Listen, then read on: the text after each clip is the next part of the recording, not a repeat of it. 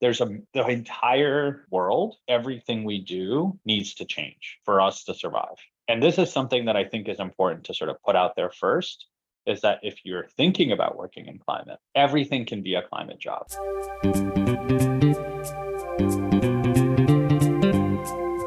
Hello, and welcome to the Creative Solutions Podcast. I'm your host, Izolda. Whether you're writing the first sentence of a story or solving the climate crisis, you need to think in new ways. On the show, I interview peak performers who are coming up with those creative solutions. Through creativity, action, inspiration, and innovation, they're changing the world. I also bring you ideas and techniques that you can use to unlock your potential to do the same. And now, let's get to the show.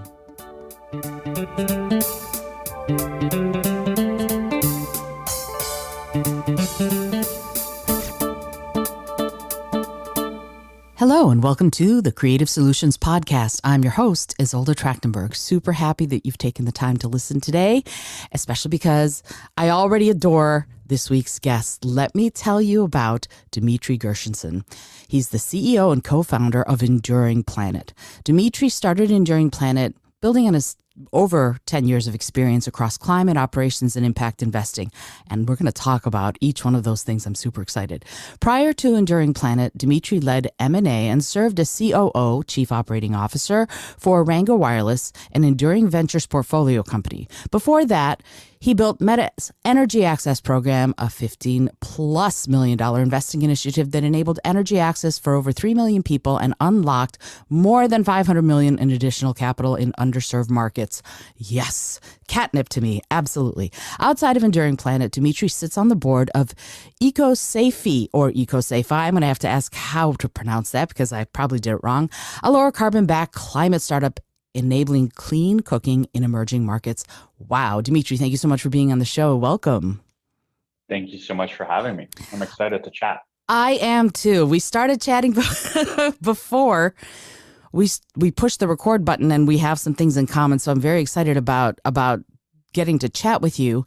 I do want to start off right away with, how did you get here? How did you get from some of the things that you've done, Rango Wireless and things like that, to going, you know what, I am going to work on what I personally consider to be the greatest issue of our times, which is the climate disaster. Talk to me about what got you here.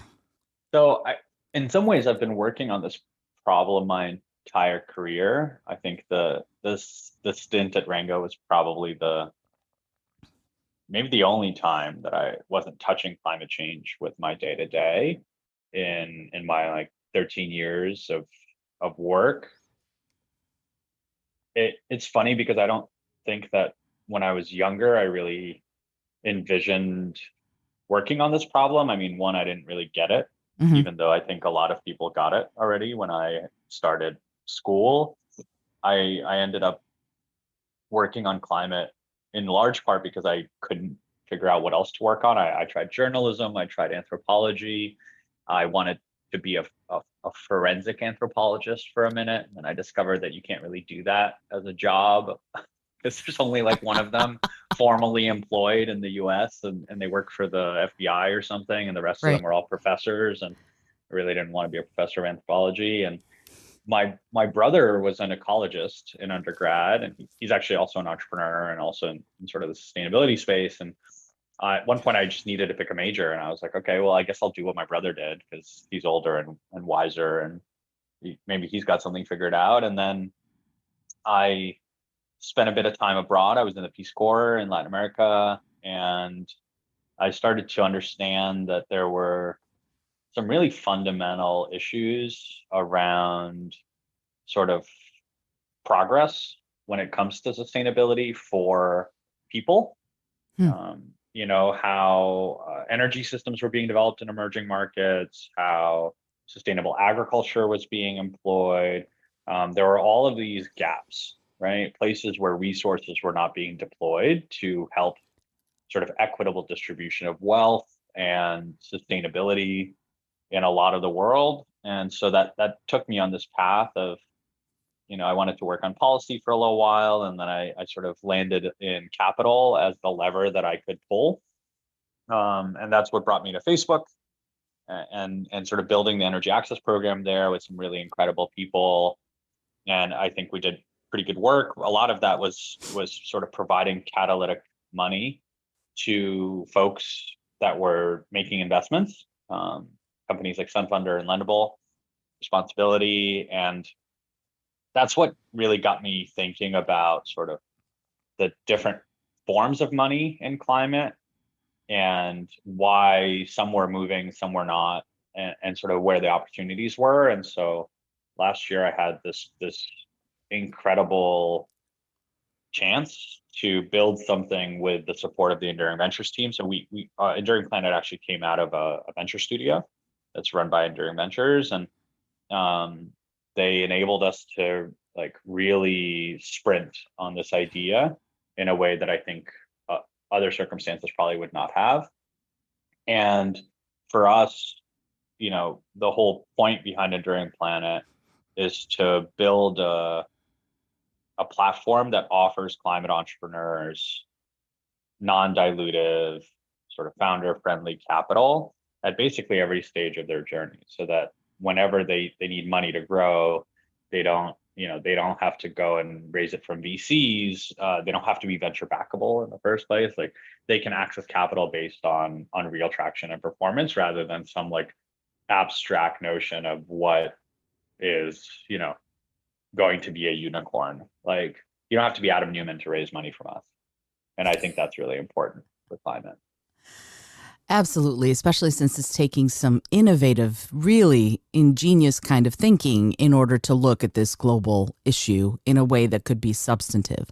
So I love pretty much everything that you said, all that I can remember, to be honest. I'm hard pressed because I feel like what you just said about you don't have to be a unicorn already to get funding to work on climate change, I think is so important. I think a lot of people are they're starting to wake up to the fact that that something needs to be done first, but that they might even be the ones to do it. So how, I'm going to get to the nuts and bolts. How does someone who goes, you know what, I have this idea, do they come to you with an idea? Do they come to you with something that's got proof of concept? How does someone come to Enduring Planet and go, hey, I'm this person and I have this idea to work on climate change as what you call the climate entrepreneur, and so there I am. What would those steps look like for someone who's got this idea, who wants to work on conservation and doesn't really know where to begin? Yeah, so I think it depends. It's good. I'm going to give you first a non-answer and then a very real answer. Awesome. So I think there's a million different ways to work on the climate crisis today. And it can range from, you know, being a mechanic who works on electric vehicles to installing solar, to selling heat pumps, to building software that, you know, uses sort of spatial analysis and ML to understand methane leaks, to building the next, you know, piece of hardware that enables the grid to sort of adapt to climate risk. Like there's the entire world, everything we do needs to change for us to survive. For sure.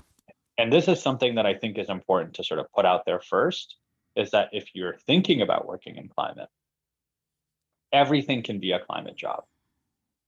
Literally everything. You do bookkeeping, you can do it in climate. You do design, do it in climate. You teach math, you can inject climate into your work.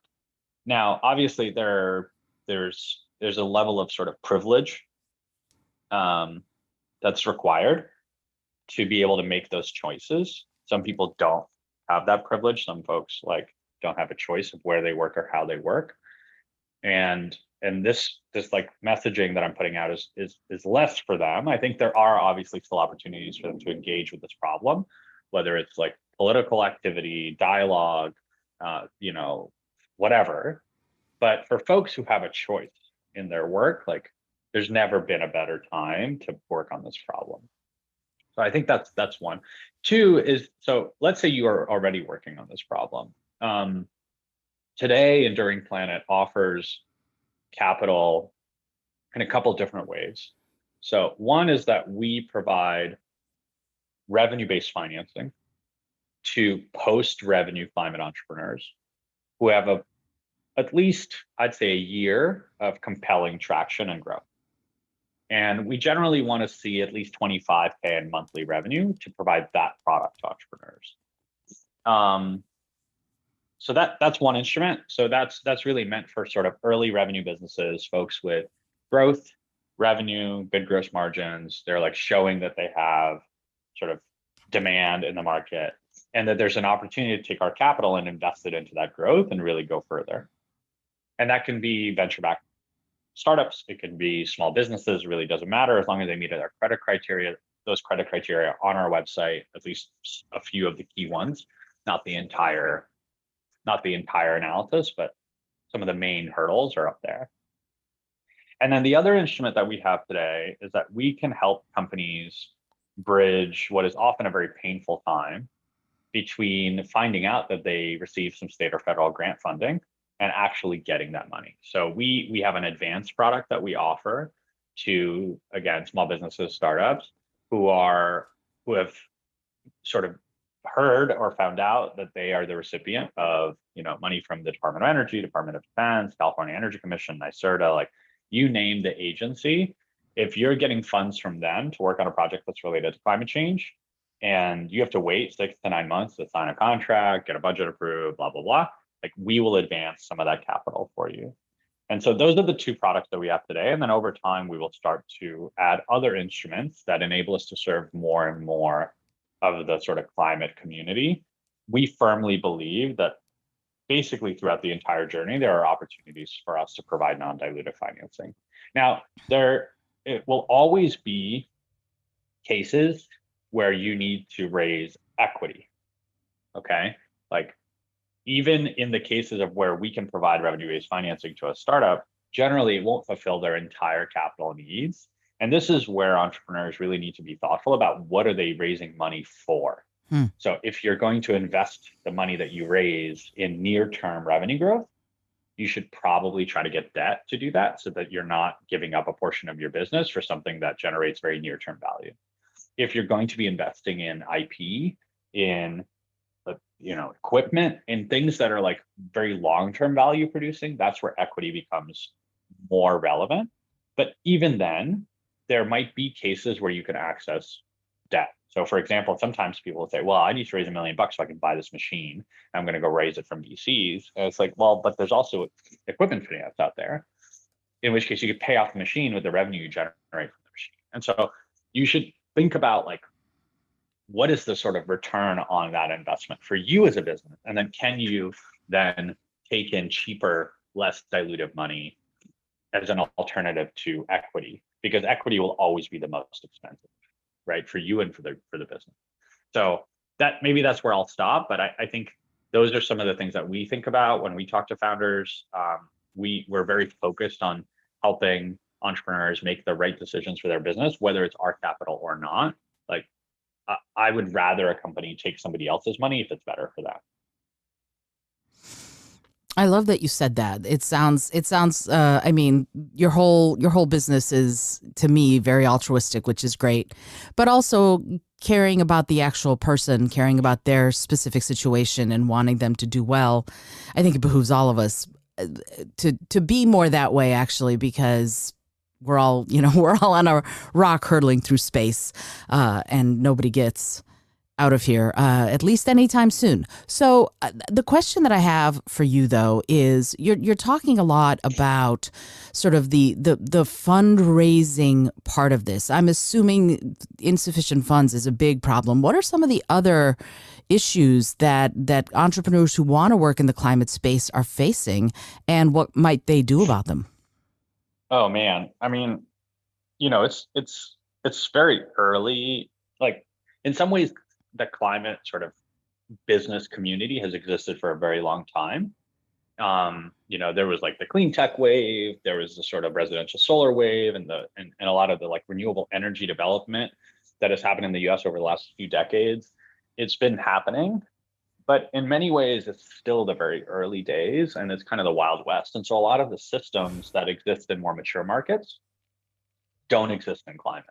Mm. And that means that it's often harder to get started, right? But that is changing. And so there's now more government support.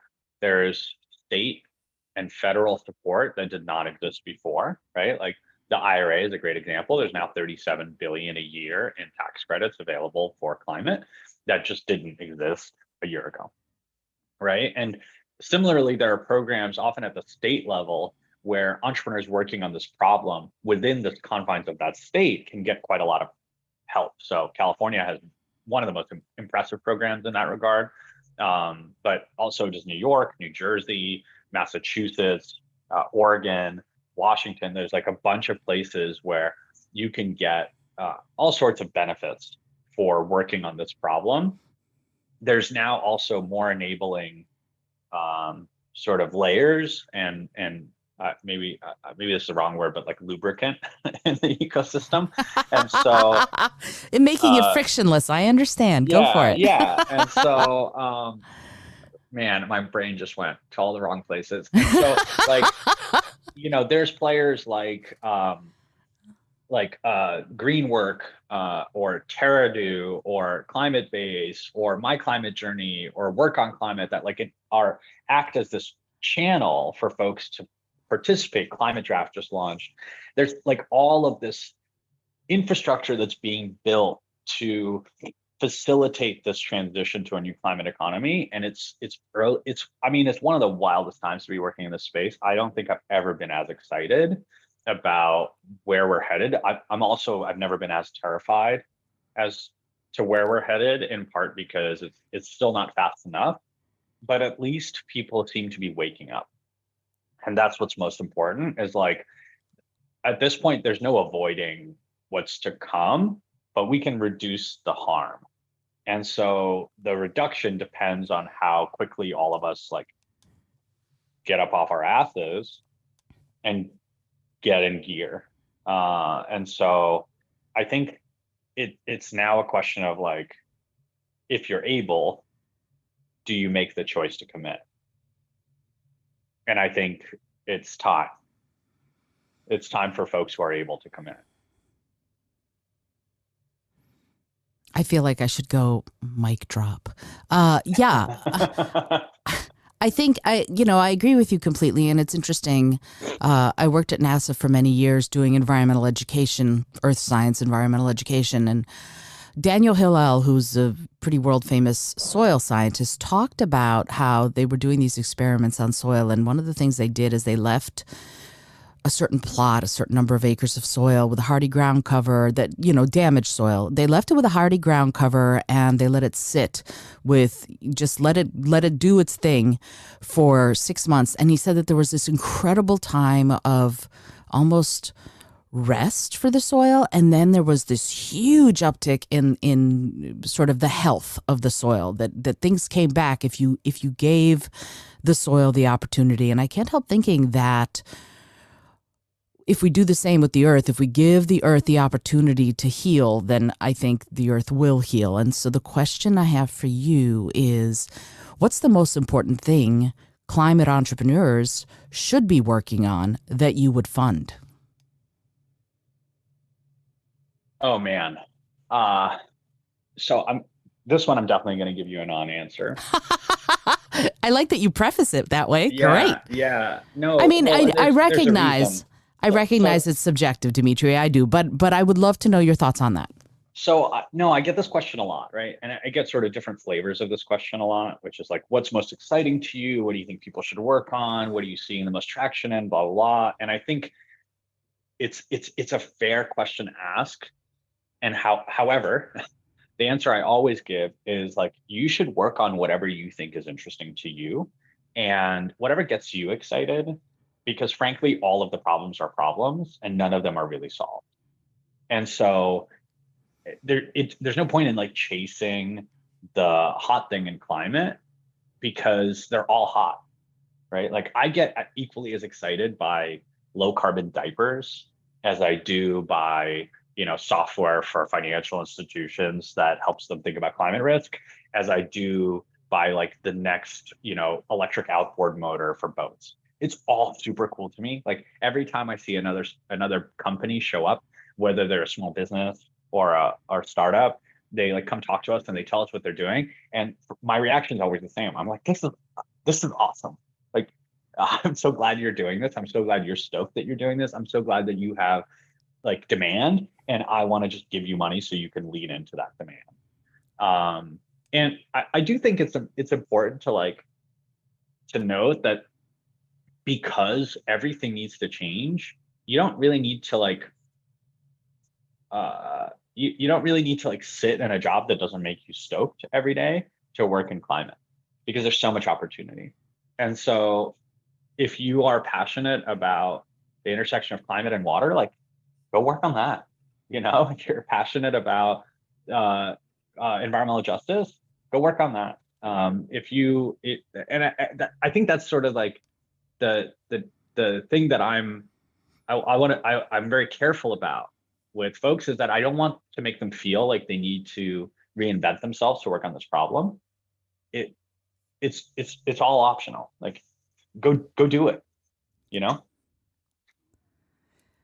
For sure, for sure. And I appreciate your answer, because I agree with you. It is whatever it is you, the individual entrepreneur that's excited about, go work on that. I think that's great. What I'm actually after a little bit is, in your mind, like, for the way I put it is this: we can live about 3 weeks without food. We can live about 3 days without water. We can live about 3 minutes without air. And so to me, like, clean air, clean water, food access, those are pretty important. Those are the things, right? So when we're talking about this, I'm talking about the exciting stuff that's going on that people are going to be able to feel immediately, right? When you're funding something, some of this is longer term, right? We're looking at climate versus weather, right? You're looking at what are the long-term projections? And you said yourself, we're not going to be able to stave off the worst of it, but we can stave off some.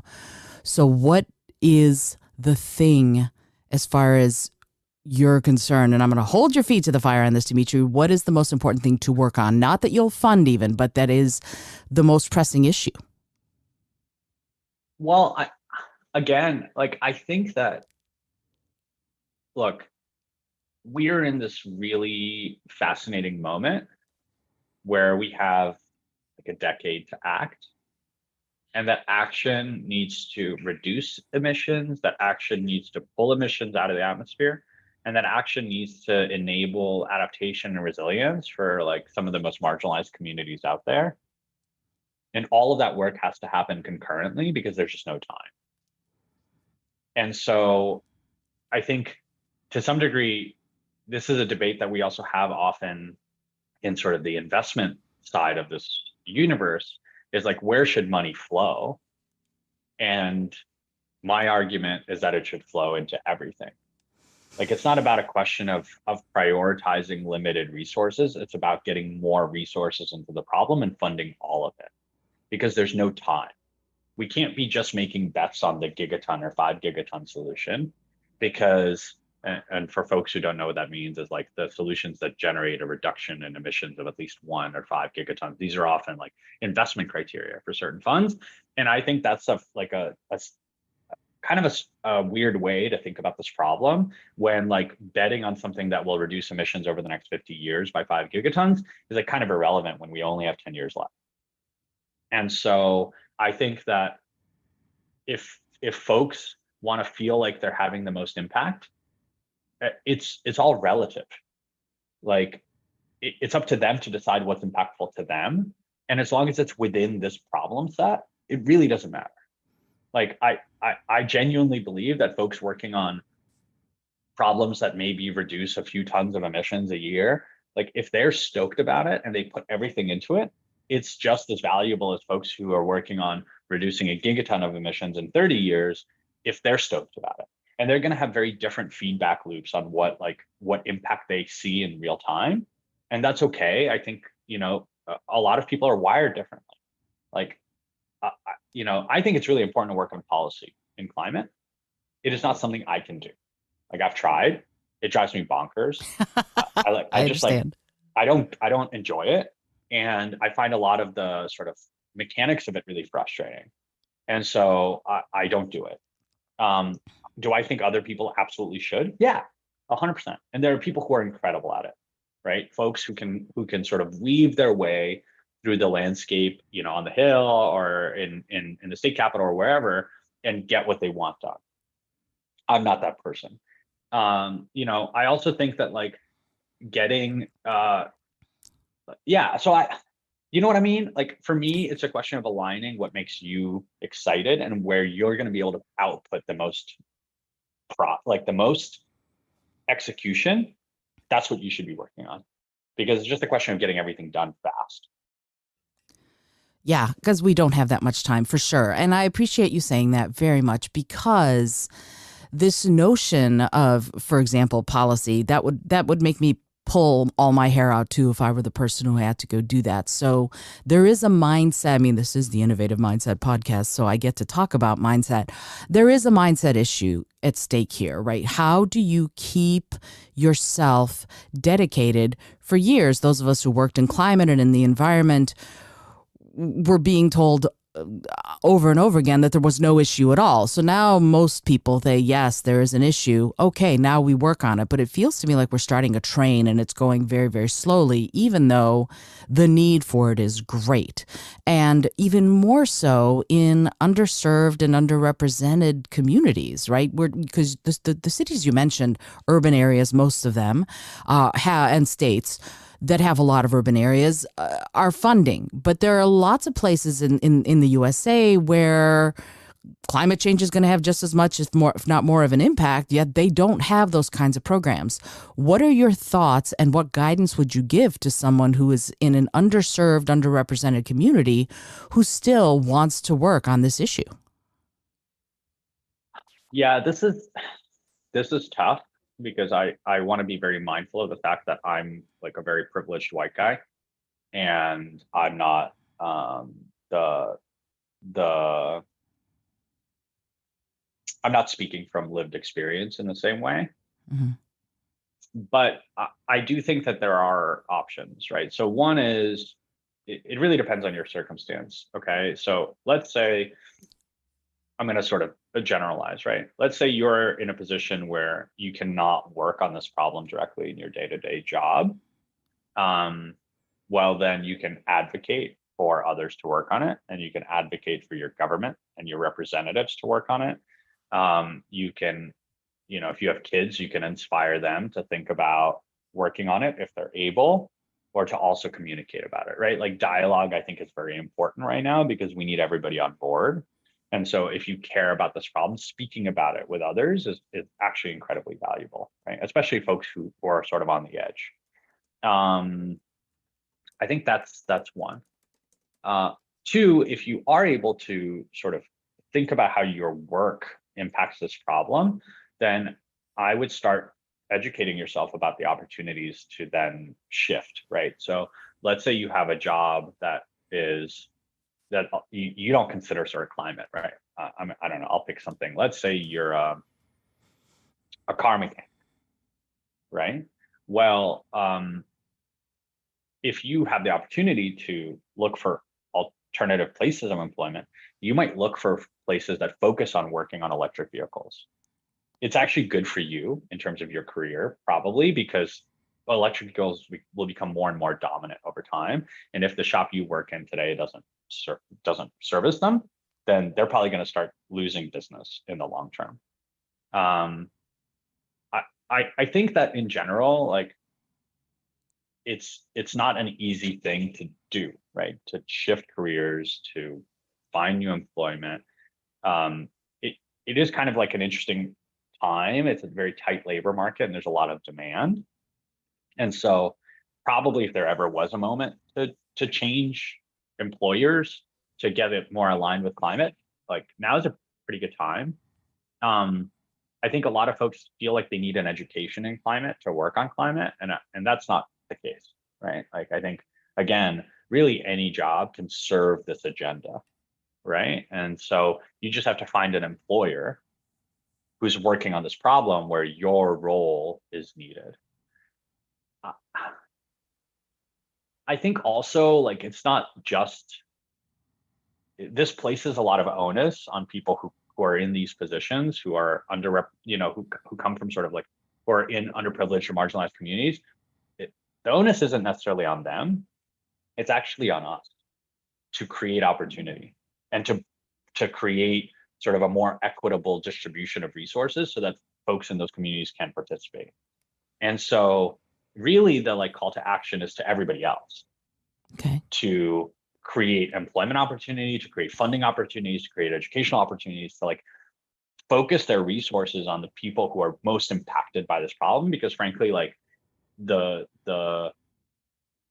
privileged few of us are the ones who will weather it best because we have the resources to weather it best. We have, air conditioners or, money to like deal with extreme weather events or whatever it is. The, the the folks who are in marginalized communities or who are sort of who have less privilege are the ones who will be impacted most by climate change.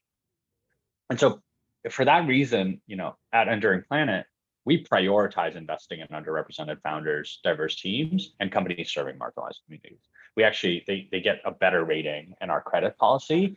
And we have it's a focus for us. It's part of our corporate DNA. So we formed our company as a public benefit corporation. As part of our corporate mission is to do just that. And frankly, I think if you're working in climate and you have the opportunity to make those choices because you're leading an organization, you're building a program, you're investing in the space, that should be part of your mission too. And if it's not, I think you should reflect on the problems that you're perpetuating in society that got us into this mess in the first place. And I think often folks will find that they have not been thoughtful about inclusion and equity in their climate work. And it's actually not a big change. It's not a huge effort to integrate it into your work if you're thoughtful, if you care.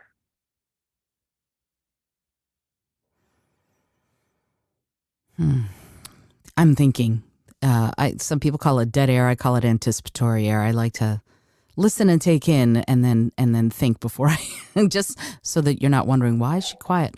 Well, I think maybe the thing to say here is like your climate action has to be intersectional, or it's not true climate action. If your work just serves the privileged few, you're not doing it right. And I hold that very firmly. And I think it's incredibly important. And I think it's something that all of us should be reflecting on all the time.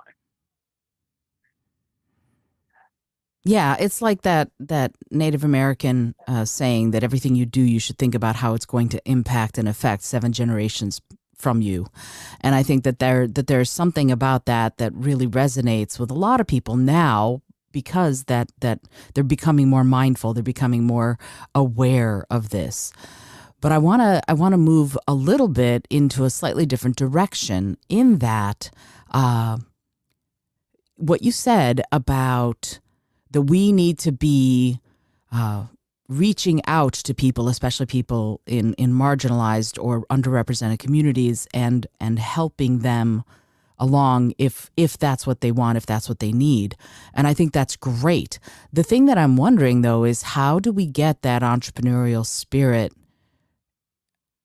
alive in people who are, as you said, going to a job day to day and who may not have the time or the resources or the energy to look outside of that and see possibilities? What are your thoughts on that? I mean, I think in some ways we probably overemphasize entrepreneurial action or like being an entrepreneur in our society. I don't think everybody needs to be an entrepreneur. Mm-hmm. And I think most people actually shouldn't. It's hard in ways that are very unique. It requires a very specific type of like energy and commitment and sort of interest and passion. And and I want to be clear here. It's not that like people who aren't entrepreneurs don't have those things. It's just that theirs are channeled in different ways, right? And so just like I don't want to work on policy, there are lots of folks who like shouldn't be entrepreneurs. I think obviously if you do want to be an entrepreneur and you don't have the resources to be one, that's a different problem. And this is where I think investors, the government, private wealth, public wealth, like there's all of these sources of capital that should create opportunities for folks that are underrepresented to start businesses in climate. And there are programs that sort of do that. There's SBIR is like an incredible federal effort to provide very early stage capital to entrepreneurs. And there are also like state grants to do this. But there needs to be more, right? And I think figuring out where that money comes from is like the big question, right? Like who should be supporting these very, very early moments, and like what should their expectations be around return, if there is any? Should these be grants? Should they be loans? Should they be equity? Like I think that's the debate that needs to happen, and it needs to happen very fast.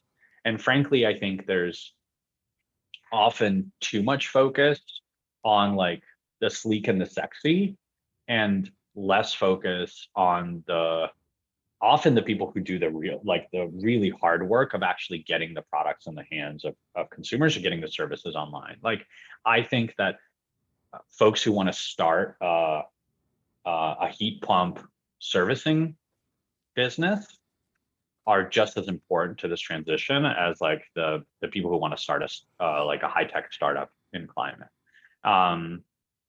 And frankly, like their success rates, their impact on a time scale, et cetera, like are very different. And we should value both, because again, like the whole system needs to change. And so, is that a problem that Enduring Planet would solve? I don't know. I would love to think that one day we will have a product that works in those contexts. It's in the end, like we're a capitalist organization, right? Like we make a profit, we raise money, we deploy money. And so we are within the confines of what we want to do. We are still pursuing opportunities that have the largest market and the greatest returns for us, while also meeting these criteria of being founder friendly and climate, et cetera, right? And so, but a lot of other actors don't have those same priorities and restrictions, and they need to be thinking critically about where they have the most impact. And I think our experience, for example, when I was at Meta and we built the Energy Access Program, we approached the question of the impact that we want to have, not from we have this tool, where can we deploy it? It was actually working backwards from the problem itself. And we said, okay, money is not flowing into the space, and money is the greatest driver of progress in this market, because the tech is already there, the talent is already there, and the capital is just not flowing. And so what is it about the financing ecosystem where there are blockers? And the more time we spent, the more we realized that like perception of risk and real risk weren't particularly aligned. And so that meant that if you wanted to be catalytic, one of the most catalytic things you could do was basically to buy risk and to show people that real risk was different. And sometimes we were right and sometimes we were wrong. But in the end, our capital was incredibly sort of like, it facilitated a very large amount of financing, because we took bets based on this idea that like money can serve a purpose to unlock other money. And I think that, when it comes to government funding or private foundation or corporate foundation or, public charity funding, like folks need to start thinking more about the underlying issues that prevent action, rather than like, oh, we need to give grants to put solar panels on, public schools. Like, okay, maybe that's the problem, but like, maybe not. Maybe if you actually supported, something 4 steps prior, that outcome would happen anyway, and you would get more leverage on your dollars. And so I encourage folks to like think about where they can get the most leverage, where can they get the most sort of like knock-on effect for their dollars. Because if you're not doing that calculus, you're likely not having the most impact that you can with your funding. I think you need to come up with a tool for that, Dimitri. That sounds like an incredibly useful tool, although probably lots of parameters. But there is this notion of that kind of an assessment that allows you to look at this all. I think, I don't know if this is the right word, but it's almost like holistically. You're looking at it from multiple sides to see what the greatest impact could be. And when you're doing that, how, I guess, what are the weights that you're giving to the climate crisis itself, to the people? Is there a set of ratios there, or is it just we're going to work on it holistically and go from every possible angle to try and make this impact? I think it just depends. It really depends on who you are and what you're doing. We approach the space very like openly. For us, nothing's out of scope as long as it meets our investment criteria. I think everybody needs to make those choices for themselves, right? Like some folks have specialty to work on very technical questions and like they should apply their energy and resources to that. And some folks have their specialty working on other things and they should apply their energy and resources to that. We just all have to do our part, you know? Did I understand that question correctly? Yeah, no, you did. You did, absolutely. Okay, so then this is a bit of a woo-woo question, but what would success look like to you for Enduring Planet, but also with the climate crisis itself? I mean, I think for us, success, you can sort of measure it in a couple different ways, but I think at the highest level, it's that when an entrepreneur in the climate space needs growth capital and they want to raise something other than equity, they come to us first. That's success for me. I want to serve everybody in this market, and I want to do it quickly, and I want to do it fairly and equitably. And if we can do that, then that's a pretty incredible outcome. We have targets for how much money we want to put to work in this space, and they're pretty aggressive and pretty large. But I think in the end, like the question is not how much money do we put to work, but how do people feel about it, and do they get value out of it, and do they feel like it's deployed in a way that serves them? Because I think often entrepreneurs don't feel like their incentives are aligned with their investors. And that's something that we really want to be mindful of. And so, we're not doing it perfectly now. Like this is going to be an iterative process where we learn and we get feedback, and we have people who don't take our money and people who turn us down, and people who think our process is bad, or people who think our capital is expensive, or like whatever. We're going to get all of that, and that's okay. Because it's all part of learning how to make an instrument that really serves the interest of the community that we're focused on. So it's been a really wild year, and I guess 3 months now, and there's many more to come. And so we're just getting started. This is a very early moment, and I'm really excited about what we're building and the team that we have and the impact that we've already had.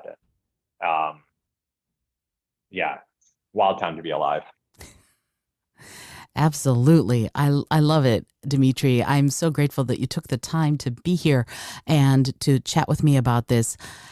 You mentioned your website just a minute ago. I would love it if you would, people learn differently. So some people like to see it and it'll be in the show notes, but if you could say what the various social channels and the website are so that anybody who's interested in finding out more about Enduring Planet could find you, that would be great.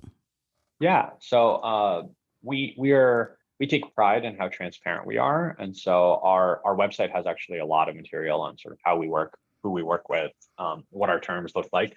And that's just enduringplanet.com. We're pretty active on Twitter. And so you can find us on Twitter. It's enduring_planet, or, I think if you just search for Enduring Planet, you'll find it on Twitter. Same on LinkedIn. We're pretty active there as well. Those are sort of our main avenues. We haven't yet gotten to sort of TikTok. I don't know, maybe one day. We'll be cool enough to get on TikTok. But those are our primary channels. And then we like to have a lot of these conversations. I think podcasts are sort of where a lot of folks go to learn and listen. And we try to do a good number of these so that we can reach the most people and give them a sense of sort of what we're about and what we're trying to build. And look, I think maybe the last thing I'll say is even if we're not the right fit for you, we want to help you. If you're a founder, if you're an entrepreneur, if you're a business in this space, we want to help you get the capital you need to grow. And so we actually have a lot of partnerships to help folks raise money outside of our own funding. Because in the end, like if you have money to save the planet, that's all I need. And so reach out. We're happy to help. Awesome, Dimitry. Thank you so much for that. I have just one last question before we end the formal part of the podcast chat and go to the informal bonus round. And the question is this: if you had an airplane, environmentally friendly, of course, that could skywrite anything for the whole world to see, what would you say? Oh, whoa. That's a great question. I ask it of every single person who comes on the show. So yeah. So yeah. I mean, I think in the spirit of this conversation, maybe it'd be like go work on climate, or the world's on fire, fight climate change. Yeah. I think maybe like something like that. Something that just encourages people to like take stock of the situation we're in and maybe change where they commit their time. That works for me. Great. Dimitry, thank you so much for being on the show. We're going to come right back and do the bonus episode. In the meantime, this is Izolda Trachtenberg for the Innovative Mindset podcast, reminding you, as always, go read the show notes, go find out about Enduring Planet. Get in touch with me if you have questions about the podcast or some of the other things that I've been doing. And until next time, be bold, be creative, and most of all, be kind.